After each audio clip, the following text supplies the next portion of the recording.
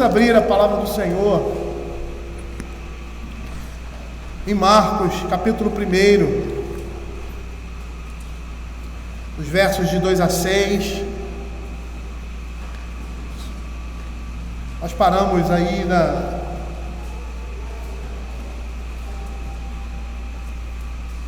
no verso 4, a gente pode dizer assim.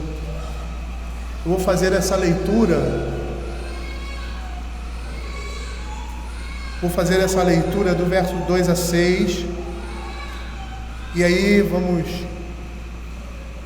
continuar a exposição, iniciando com uma breve introdução do que havíamos falado anteriormente. Pelo menos os pontos mais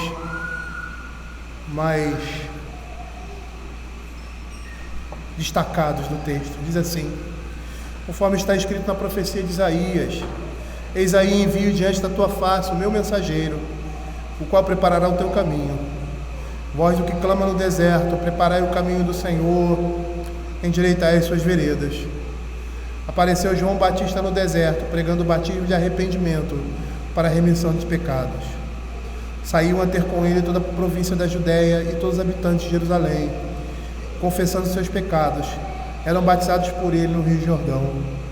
As vestes de João eram feitas de pelos de camelo. Ele trazia um cinto de couro e se alimentava de gafanhotos e mel silvestre. Vamos orar mais uma vez, pedindo que o Senhor fale ao nosso coração.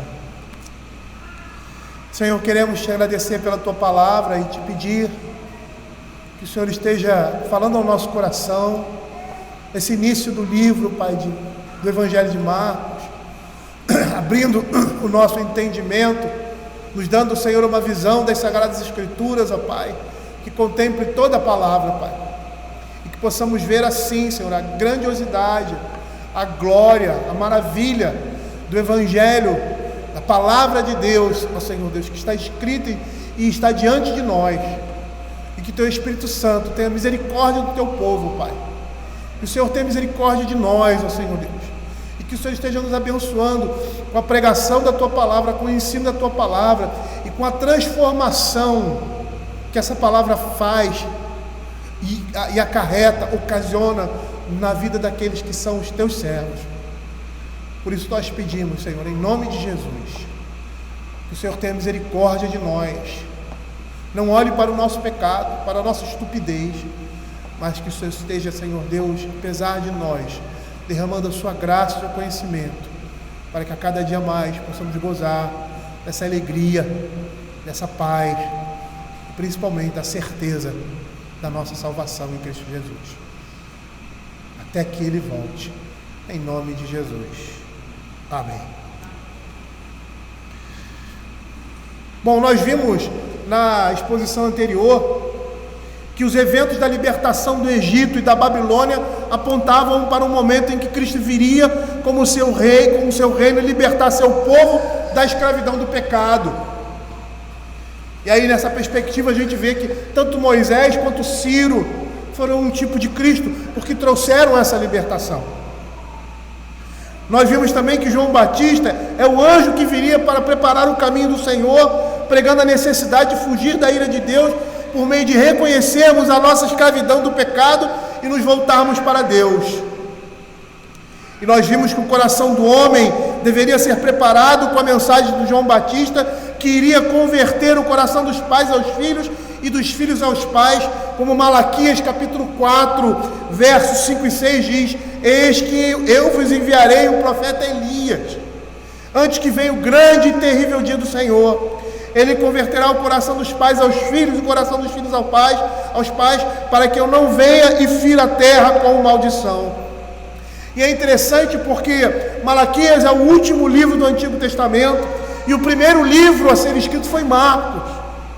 E se fizéssemos essa, vamos dizer assim, essa continuidade, nós teríamos esse finalzinho do livro de Malaquias, dizendo assim: eis que eu vos enviarei o profeta Elias, ele converterá o coração dos pais aos filhos e dos filhos aos pais, para que eu não venha e fira a terra com maldição. E logo após essa leitura viria o livro de Marcos, dizendo assim o princípio do Evangelho de Jesus Cristo, Filho de Deus, conforme está escrito: eis que envio diante da tua face o meu mensageiro, o qual preparará o teu caminho. Vós do que clama no deserto, endireitai o caminho do Senhor, endireitai as suas veredas. Apareceu João Batista, ou seja, a promessa de Malaquias se cumpre na chegada do reino de Deus, na pessoa de Elias, do profeta, ou do anjo, que o próprio texto de Malaquias, capítulo 3, versos 1 em diante, vai dizer: quem subsistirá quando ele vier? E aí nós vimos que ali no Velho Testamento apontava, por mais que falasse de uma libertação de Babilônia, de um retorno da escravidão do pecado, da libertação do povo do cativeiro babilônico, apontava aquela pregação que apontava para Jerusalém, e aquele cumprimento seria um cumprimento físico, ou seja, na vida do povo de Deus ali naquele momento, apontava para um momento maior, onde essa profecia só se completaria no seu âmbito completo em Cristo. Nesse momento em que João Batista vem pregar o Evangelho, da mesma forma como Elias, uma pregação contundente, uma pregação confrontadora, a qual Malaquias profetiza aqui nesses versos 5 e 6, e nos primeiros versos também de Malaquias capítulo 3. E veja que o próprio Senhor Jesus, em Mateus capítulo 11, versos de 11 a 14, diz assim: em verdade vos digo, entre os nascidos de mulher, ninguém apareceu maior que João Batista, mas o reino dos céus é maior do que ele. Desde o dia de João Batista até agora, o reino dos céus é tomado por esforço, e os que se esforçam se apoderam dele. Porque todos os profetas e a lei profetizaram até João. E se quereis reconhecer, ele mesmo é Elias, que estava para vir.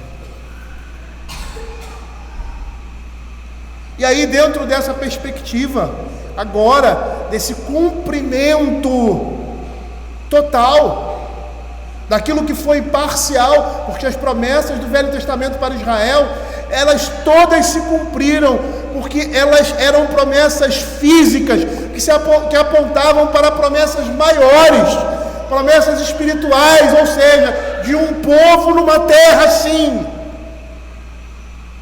de um povo liberto totalmente da escravidão do pecado, e que iria se completar em Cristo Jesus. E essas coisas começam a ter cumprimento agora, não na vida do Israel físico, mas na vida do Israel espiritual, ou seja, na vida de todos aqueles que creem e ouvem a pregação do Evangelho. E ele começa dizendo assim, ou continua: apareceu João Batista no deserto. E Marcos vai dizer que ele está clamando no deserto. E é interessante, João estava pregando no deserto. Esse tema do deserto, na Escritura, como já falamos, é bastante significativo, por causa do seu caráter simbólico. O deserto ali da província da Judéia era um lugar de terras ruins, ondulosas, local onde entre o lado ocidental das montanhas da Judéia e do Mar Morto, e a parte oriental do Jordão. E ali era realmente uma desolação, com uma vasta extensão de terra, ondulada e infrutífera, solos formados por rochas porosas, de pouca resistência, cobertos com ervas daninhas, pedras e rochas. Era um lugar difícil, era um lugar onde não se plantava. E nós vamos perceber que essa figura, ou essa imagem ali do deserto, não é à toa, porque esse deserto também representava o coração do homem, como nós já vimos aqui. Mas não só isso, o deserto também era um lugar de provação, e foi um lugar de crise messiânica. O verso 12 vai dizer isso: e logo o Espírito o impeliu para o deserto, onde permaneceu 40 dias, sendo tentado por Satanás. Estava com feras, mas os anjos o serviam. E todas essas coisas que se passam aqui, elas não são aleatórias, elas estão ligadas. Esses 40 dias representam os 40 anos que o povo de Deus andou pelo deserto. O deserto é um lugar de provação, foi um lugar onde o povo de Deus foi provado, é um lugar onde o próprio Cristo é provado, mas também é um lugar de socorro e consolo divinos. Como nós vemos na própria descrição do que o próprio Cristo passou ali no deserto, porque logo após a sua provação ele foi sustentado por anjos, foi consolado pelo Senhor, como o povo também no deserto. Mas nós vemos isso recorrentemente na história de Israel, como aconteceu com o profeta Elias. Lá em 1 Reis, capítulo 19, os versos 4 a 18, eu não vou ler todo esses versos, mas diz assim: e ele mesmo, porém, se foi ao deserto, ele estava fugindo de Jezabel. Após de destruir ali, matar os 450 profetas de Baal, Jezabel disse que iria ao encalço de Elias, iria matar, e ele temeu, e ele fugiu. E ele foi para o deserto, o caminho de um dia, veio e se assentou, segundo a escritura aqui, 1 Reis 19:4, debaixo de um zimbro, e pediu para si a morte, disse: basta, toma agora, Senhor, a minha alma, pois não sou melhor do que meus pais. Deitou-se e dormiu debaixo do zimbro. Eis que um anjo tocou e lhe disse: levanta e come. Olhou e ele viu junto à cabeceira um pão cozido sobre pedras em brasa e uma botija de água. Comeu, bebeu e tornou a dormir. Voltou a segunda vez, o anjo do Senhor tocou e lhe disse: levanta, come, porque o caminho te será sobre modo longo. Levantou, pois, comeu e bebeu, e com a força daquela comida caminhou 40 dias e 40 noites até Horebe, o monte de Deus. Ele foi sustentado da mesma forma que o povo de Deus foi sustentado no deserto, esses 40 anos. O deserto na Escritura, na palavra de Deus, é um lugar de dificuldade, é um lugar de provações, mas é um lugar de provisão, de socorro e de consolo divino. Em Apocalipse capítulo 12, versos 6 e 14, ali nessa alegoria, a palavra do Senhor diz que a igreja, ela é enviada ao deserto, e ela é enviada ao deserto com um propósito. Ela está sendo perseguida, a mulher está sendo perseguida ali, porque ela estava para dar à luz, e ali você tem uma representação de Cristo.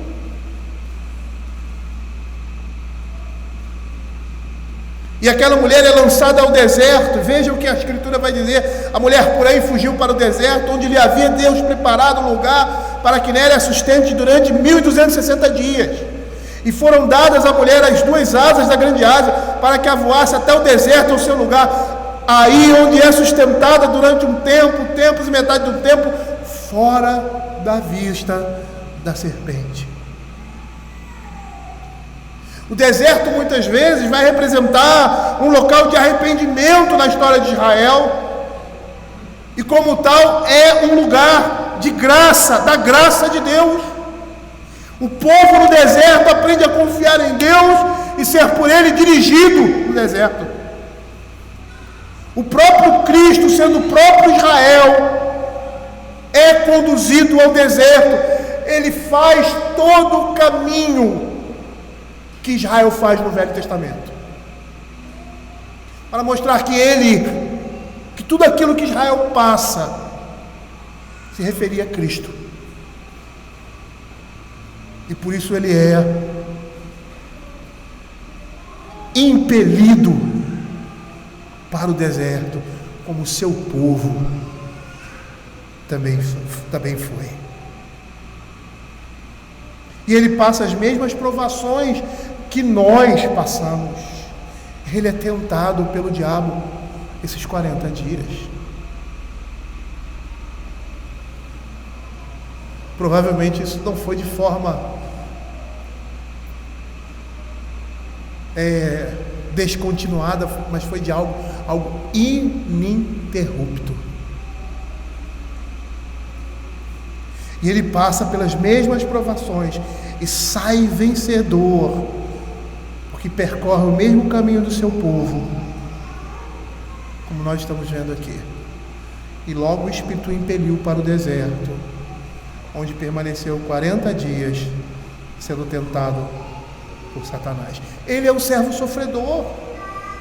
O livro de Isaías fala do servo sofredor, e muitas vezes ali a igreja assume esse papel, e no Velho Testamento as autoridades religiosas, os escribas, pensavam que o servo sofredor fosse Israel, mas era somente uma imagem do próprio Cristo.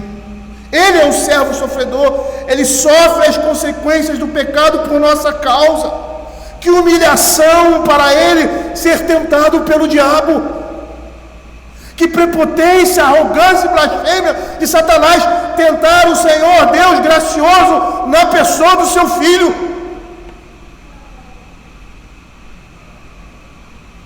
E essas ideias que nós temos aqui, essas figuras que nós temos aqui do deserto como lugar de provação, crise, socorro e consolo divino, fazem parte do tema do deserto em Marcos.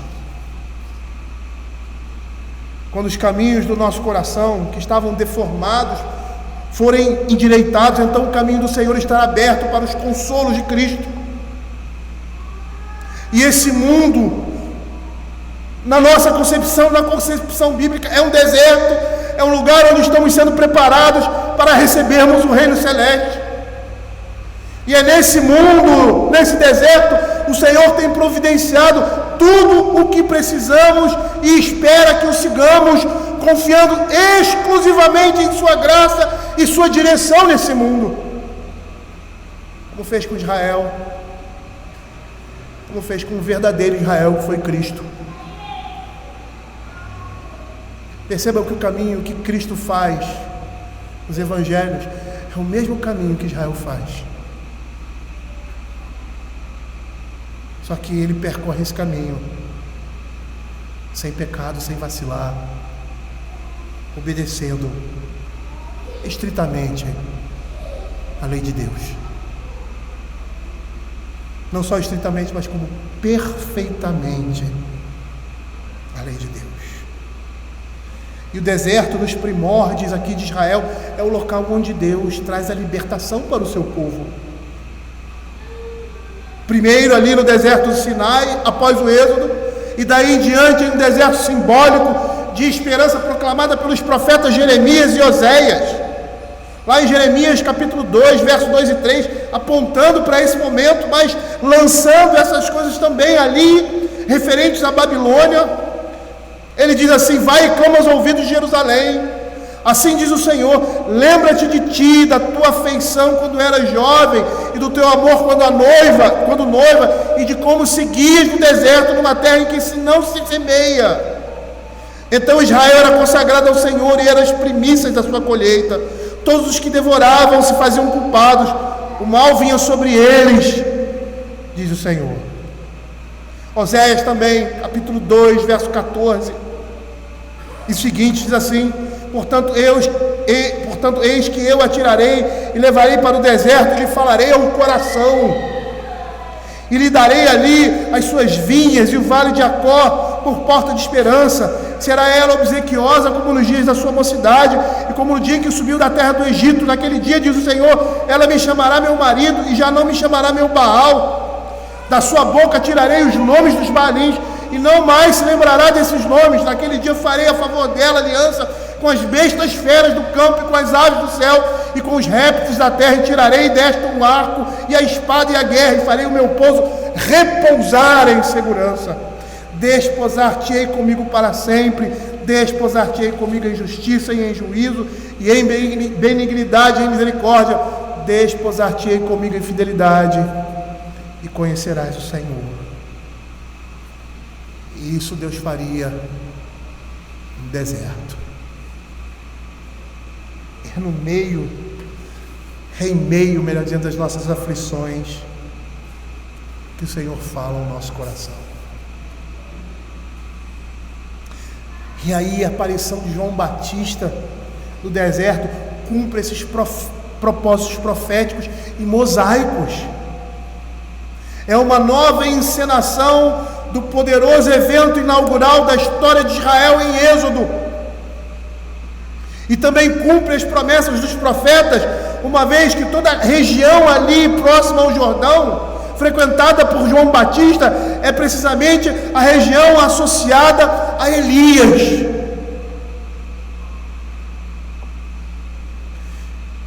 E perceba, João reúne as pessoas tirando as suas rotinas, do conforto dos seus domicílios, e em especial da hegemonia estatutária do Templo de Jerusalém, pregando um batismo de arrependimento para a remissão dos pecados. E essas coisas não são por acaso, não é um arranjo de um escritor, mas é o arranjo de Deus. Da mesma forma que o Senhor tira os seus do Egito, tira os seus de Babilônia, da onde eles já estavam acomodados, os seus domicílios, acostumados já com aquela vida. Ele os tira desse conforto e os lança no deserto, para falar ao coração deles. Porque esse conforto era um conforto de morte, como o próprio judeu reconhecia. Lá nós tínhamos comida, lá nós tínhamos pão a comer, mas lá eles eram escravos.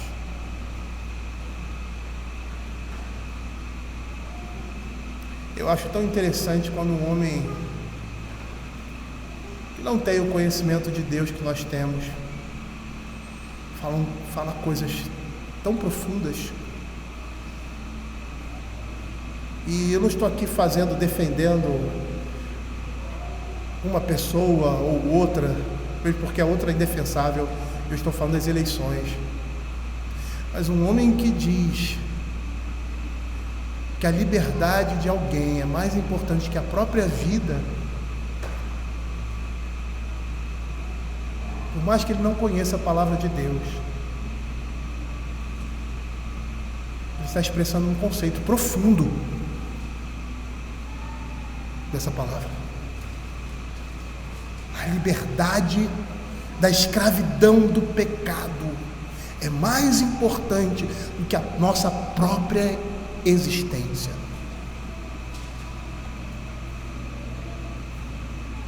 Por isso que a palavra de Deus diz que nem só de pão viverá o homem, mas de toda a palavra que procede da boca de Deus. E é para essa liberdade que nós estamos sendo chamados.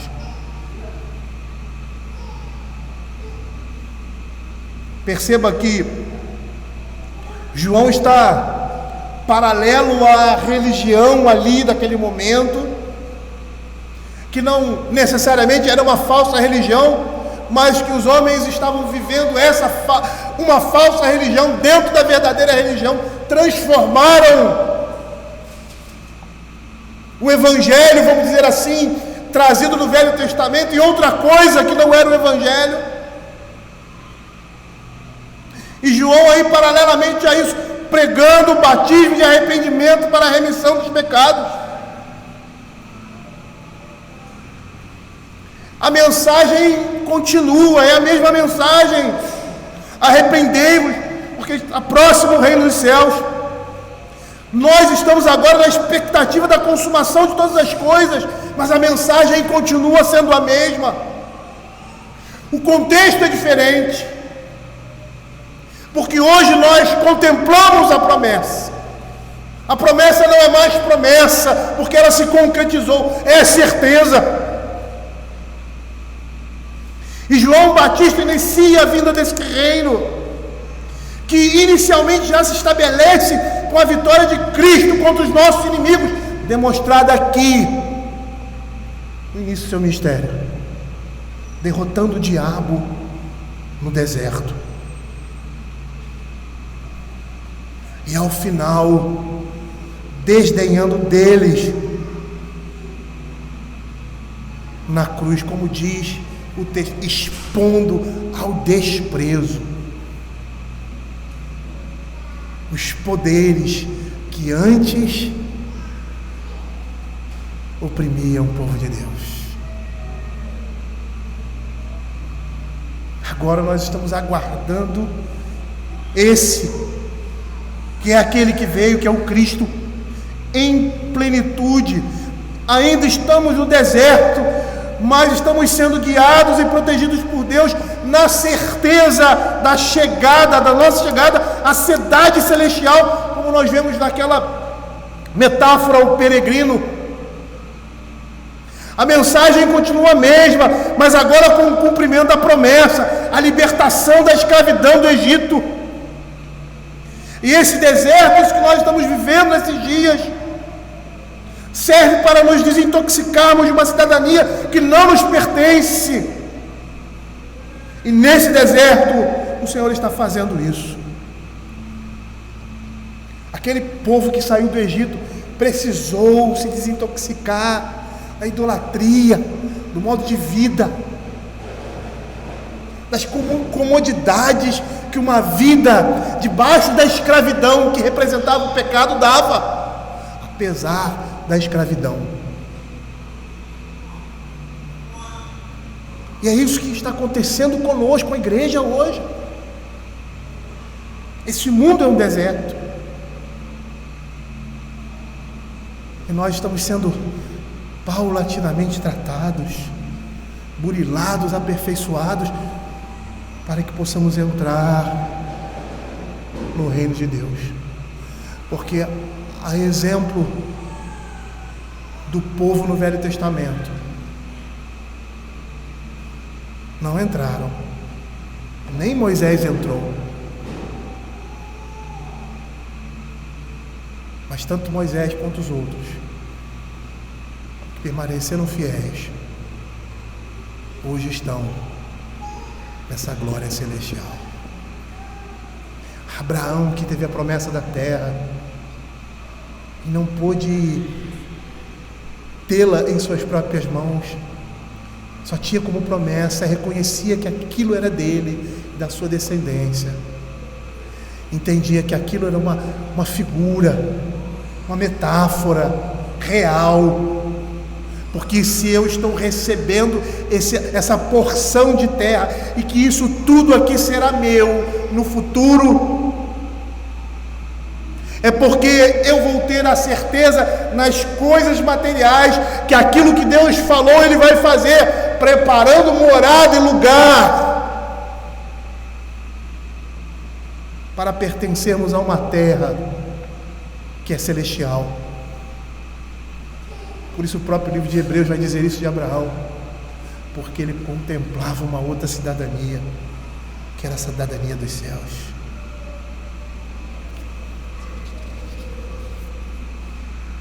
E nesse contexto, queridos, o arrependimento significa mudar o modo de pensar, a fim de mudar o modo de agir. Certo ministro, pregando sobre isso, conta um fato ocorrido em um jogo de futebol americano nos Estados Unidos, de Minnesota, no estado de Minnesota, nos Estados Unidos. Jim Marshall, jogador de um time de futebol americano daquele estado, em um jogo em 25 de outubro de 1964, recuperou uma bola depois que o adversário deixou cair e correu mais de 60 jardas, ou seja, 58 metros, na direção oposta, marcando pontos para o time adversário. Quando Marshall recuperou a bola, sua perspectiva estava tão confusa que ele correu no sentido oposto. E muitas vezes, disse esse pregador, também ficamos confusos quando a nossa perspectiva de vida e o que nos faz levar a tomar decisões completamente desastrosas. Imaginamos que estamos enxergando claramente, quando na verdade estamos correndo na direção errada e precisamos nos arrepender. Isso me faz lembrar o que pregamos hoje de manhã, em Provérbios capítulo 14, 12. Há caminhos que ao homem parece correto, mas dá em caminhos de morte. Verso 15, o simples dá crédito a toda e qualquer palavra, e assim eles herdam a estutícia. Não enxergam claramente, precisam se arrepender dos seus pecados, e precisam mudar de direção, uma direção completamente oposta. E se for assim, ou melhor, se não for assim, não entrarão no meu descanso.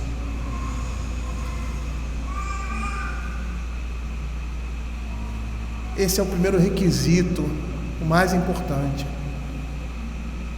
arrepender, reconhecer o seu pecado e mudar de direção.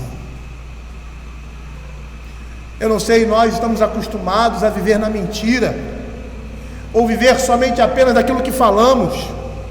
Estamos falando uma coisa, estamos praticando outra, mas afirmamos peremptoriamente que aquilo é realidade. Mas não é assim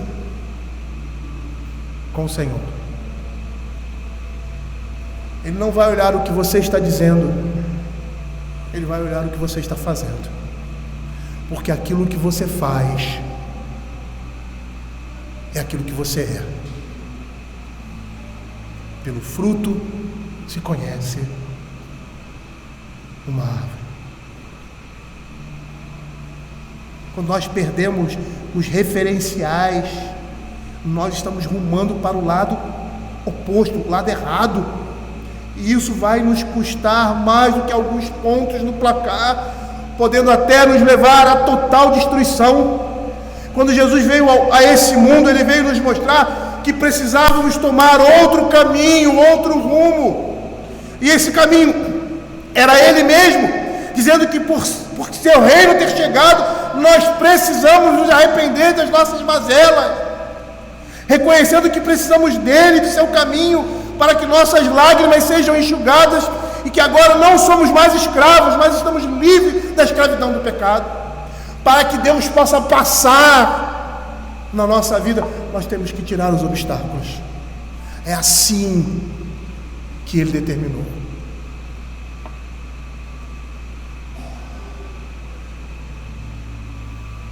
E dentro dessa concepção ele precisa entender, nós precisamos entender, que o homem sem Cristo precisa dele para ter vida. E os que estão nele, enquanto estiverem nesse deserto, devem depender totalmente dele. E quando nós dependemos totalmente do Senhor, isso nós não falamos de boca somente, nós mostramos com a nossa vida, com as nossas expectativas. Não adianta você ficar dizendo aí que confia no Senhor, eu confio no Senhor, e murmura o tempo todo.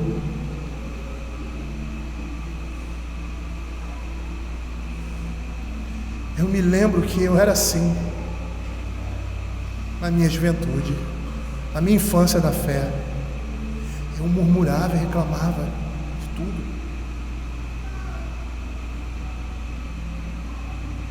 Eu não saía dizendo isso para todo mundo, né? Mas o meu coração fazia isso. Às vezes minha esposa escutava.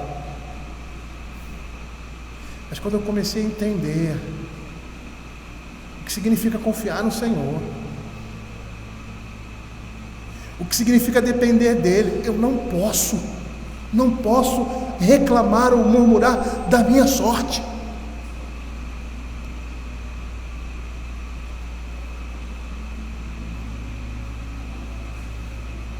O apóstolo Paulo diz aos crentes que devemos transformar as nossas mentes para que possamos experimentar a boa vontade de Deus. Eu poderia dizer que isso é um arrependimento constante.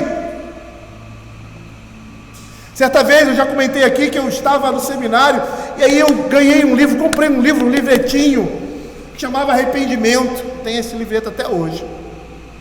Aí abri o livreto, quando comecei a ler nas primeiras páginas, eu li algo que me impactou muito, dizendo que o crente é aquele que sempre se arrepende. E eu falei, como assim? Como assim? Apesar dos anos de igreja, dos cultos dominicais, onde todas as vezes tínhamos que pedir perdão por nossos pecados, eu não tinha entendido ainda essas coisas. Que o crente é aquele que se arrepende diariamente dos seus pecados, que ele reconhece os seus erros e ele se arrepende, e que apesar de sermos transformados pela graça de Deus, ainda há em nós a nossa natureza carnal. Quando abraçamos a vida cristã, a fé, somos como crianças que nascem e precisam aprender a viver, a se alimentar, a andar, a pensar, a ler, e amadurecem com o tempo. E nesse processo da vida cristã, vamos nos arrepender dos nossos pecados, decorrer da vida, o desenrolar da vida. Certa vez eu ouvi de um pregador, Joe Bicker, ele dizia que a santidade de Deus está nas costas, porque é algo que você não vê, mas as pessoas ao redor de você, elas conseguem perceber. E por que você não vê? Porque você cada dia mais se aproxima de Deus. E quando cada dia mais você se aproxima de Deus, quando as trevas se aproximam da luz, essa luz, como diz João capítulo 3, reflete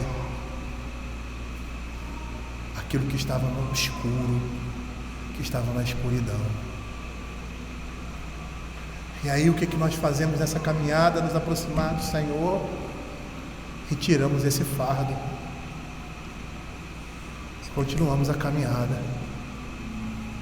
As pessoas que estão atrás de nós olham para nossas costas e santidade ao Senhor. Nós olhamos para frente e percebemos que existem outras cargas, outros julgos que nós precisamos tirar, porque estamos nos aproximando daquele que é perfeito, daquele que é justo, daquele que é santo. O Evangelho nos garante a certeza da nossa salvação, porque nós fomos salvos por Ele, por Cristo. Por isso Ele nos chama ao arrependimento, ao confronto diário com os nossos corações e desejos, a mudança contínua de mente, subjugando os nossos desejos e vontades a Cristo e ao seu senhorio, porque estamos caminhando nesse deserto e estamos adentrando o reino celestial. E o papel de João Batista nisso era preparar o coração do povo para a vinda do Messias. E esse coração só podia ser preparado se aquilo que fosse obstáculo, se as pedras, se os lugares, se as pedras rochosas e porosas, as ervas daninhas fossem retiradas, para que ele pudesse passar. E veja que interessante, Deus usa pessoas para que o seu evangelho chegue ao coração dos homens. E nós devemos estar dispostos a viver o evangelho em tal forma que possamos proclamá-lo para que o caminho de Deus seja aplanado no coração de pessoas que estão à nossa volta. Nós devemos preparar a nós e a outros porque o reino de Deus chegou com poder e glória, e por isso devemos nos arrepender e crer no Evangelho, para que sejamos salvos. E Ele veio, e Ele está agora na posição de Salvador, mas Ele vai voltar como juiz. E como símbolo dessa regeneração moral e espiritual, aqui João Batista chama as pessoas ao batismo. Apareceu João Batista pregando o batismo de arrependimento para a remissão dos pecados. O batismo aqui representa uma metáfora inédita da pureza espiritual obtida por meio do arrependimento. Israel não conhecia essa forma de batismo, apesar de conhecer e estar familiarizada com esse cerimonial de purificação, porque o batismo também representava um cerimonial de purificação. E esse cerimonial de purificação seria uma mudança interior, que implicaria não apenas em tristeza pelo pecado, mas também em um novo modo de vida.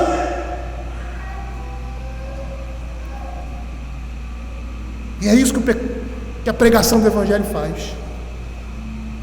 Ela traz inicialmente tristeza pelo pecado, para que a graça de Deus possa avançar no coração do homem. Abra 2 Coríntios capítulo 7, verso 8.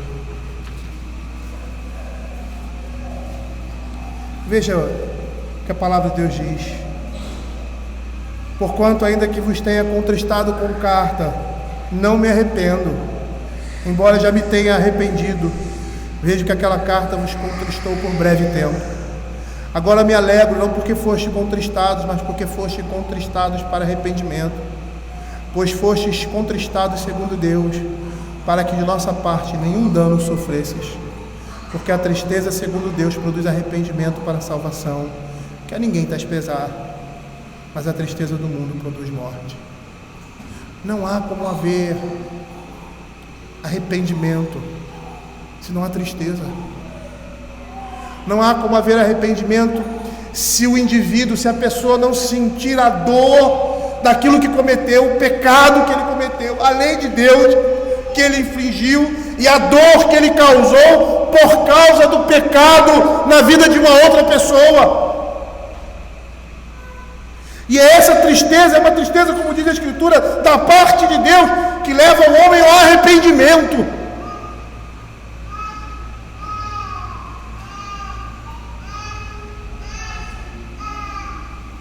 Vejam que o apóstolo Paulo, lá em 2 Timóteo 2, verso 25, diz: disciplinando com mansidão os que se opõem, na expectativa de que Deus lhes conceda não só o arrependimento para conhecerem plenamente a verdade,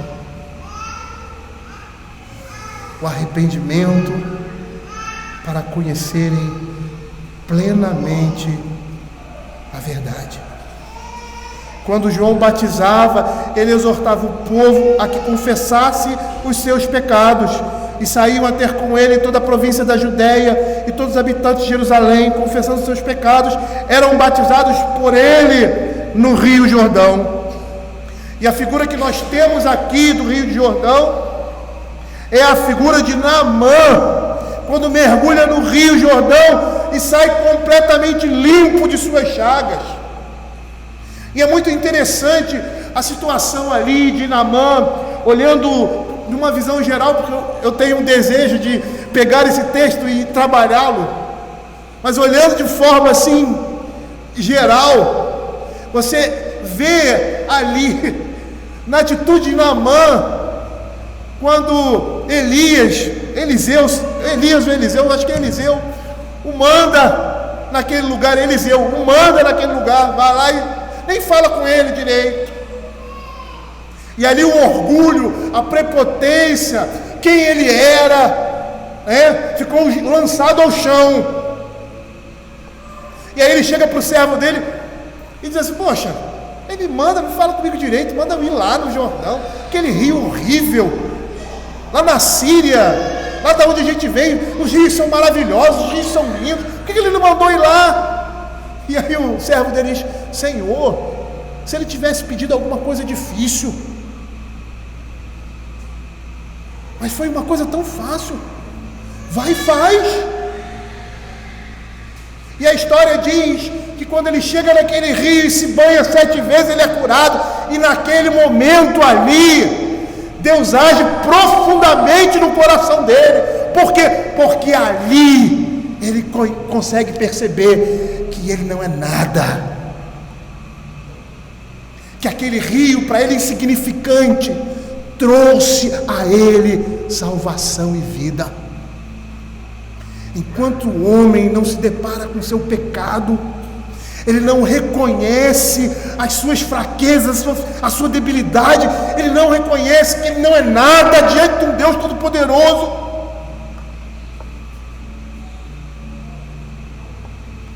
Ele não está preparado para receber o reino de Deus, porque esse é um reino de poder e glória. E ali naquele momento, o Espírito Santo tocou no coração de Naamã e houve profunda conversão na vida daquele homem. O texto diz assim, 2 Reis 5,14: Então desceu e mergulhou no Jordão 7 vezes, consoante a palavra do homem de Deus, e a sua carne se tornou como carne de uma criança, e ficou limpo. O arrependimento e a confissão para obter perdão, ou seja, um resultado judiciário, são os requisitos de Deus para qualquer um que deseja acertar as contas com Ele, e estão estreitamente ligados com a Escritura, com o que a Escritura diz sobre crer no Evangelho. Por isso essa é uma mensagem que continua. Começou no Velho Testamento, antes da promessa ser vivenciada, ser manifestada, mas por causa da promessa e pelo poder dessa promessa, tinha aplicação a todos aqueles que viveram e morreram antes de Cristo. E hoje, nesse momento de transição ali, quando o Senhor Jesus vem, essa era a mensagem para se receber o reino, e essa mensagem continua. Porque a profecia de João Batista não se cumpriu em sua totalidade. Porque ele diz: a sua pá ele tem na mão, ele vai recolher o seu trigo no celeiro, e a palha ele vai queimar em fogo inextinguível. Por isso, arrependei-vos e crede no Evangelho.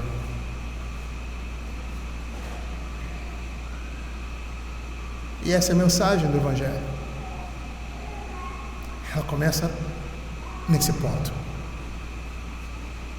A ação do Espírito Santo de Deus na vida do homem inicia-se quando o homem começa a reconhecer a necessidade que ele tem de se arrepender dos seus pecados, a necessidade que ele tem de um justo, de alguém que por ele o justifique, porque por si só ele está condenado à destruição e à morte.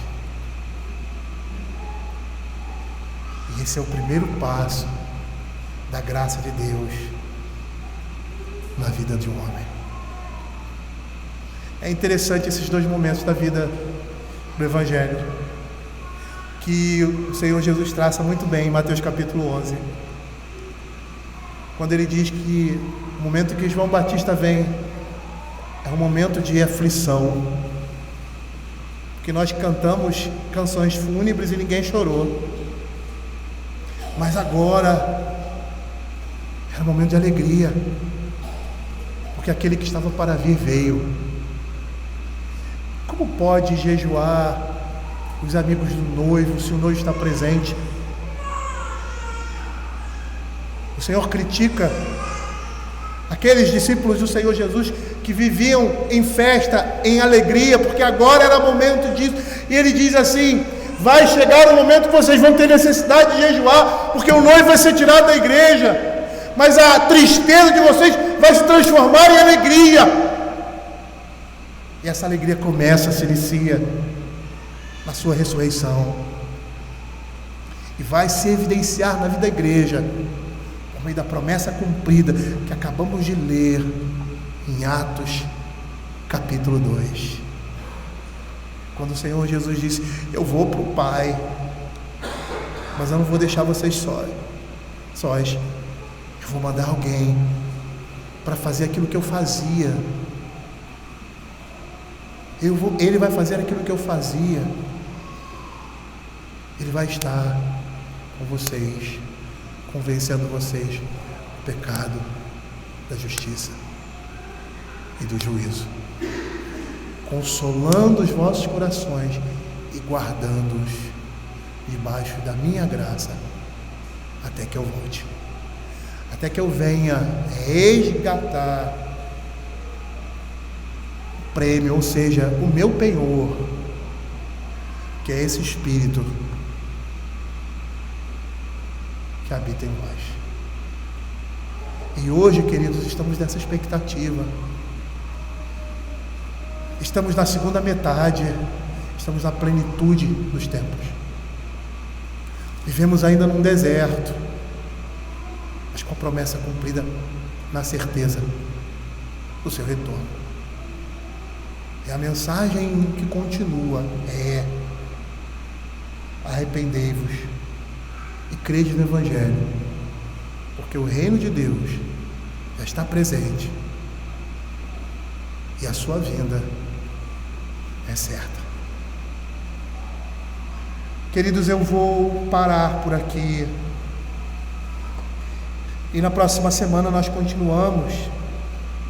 Eu quero ressaltar aqui no verso 5 a expressão: saíram a ter com ele. Da mesma forma que nós exploramos a expressão que João Batista estava clamando no deserto e falando o que isso representava, nós vamos ver o que essa expressão quer dizer aqui: que o povo saía a ter com ele, todos os habitantes de Jerusalém, confessando seus pecados e sendo batizados no Rio Jordão. Vamos orar, vamos abaixar as nossas cabeças e orar ao Senhor nesse momento. Senhor, queremos te agradecer, ó Pai, pela tua palavra, e que o Senhor esteja trazendo, Senhor Deus, o entendimento e a devida aplicação da tua palavra em nossas vidas, ó Pai, e que a exposição, Senhor Deus, de Marcos, ó Pai, que se inicia, Pai, possa, Senhor Deus, abrir os nossos olhos para a grandiosidade do Evangelho. Eu te peço, Senhor Deus, que o Senhor esteja nos dando condições, na nossa limitação e fragilidade e pecado, e poder, ó Senhor Deus, ser um instrumento teu, para que o teu povo, bem assim como eu também, possamos ver a glória, a majestade, a sabedoria do Evangelho de Deus exposto na sua palavra, pela mensagem de Cristo Jesus. É o que nós pedimos, em nome de Jesus. Amém.